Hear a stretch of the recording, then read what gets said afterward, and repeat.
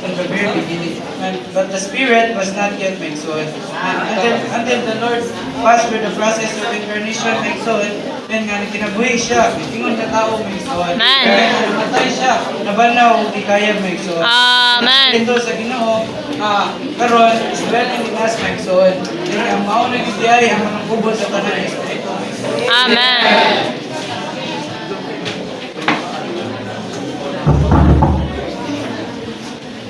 Amen. Tamat sa Ginoo Maigsoon. Amen. Gipakitaan ta diri sa lesson 3 Maigsoon, the compound spirit. In Exodus 30, the compound ointment is a type of the compound spirit Maigsoon. Amen. Diri Maigsoon, we have 5 ingredients of the ointment Maigsoon. Una, olive oil. Ang kining olive oil Maigsoon, mao ni siyang base sa ointment nga nag-signify sa spirit sa Ginoo Maigsoon. Ang ikaduha, myrrh. Ang myrrh Maigsoon is nagikan ni siya sa aromatic tree nga nag-signify sa precious death of Christ Maigsoon. Ang ikatulo is cinnamon.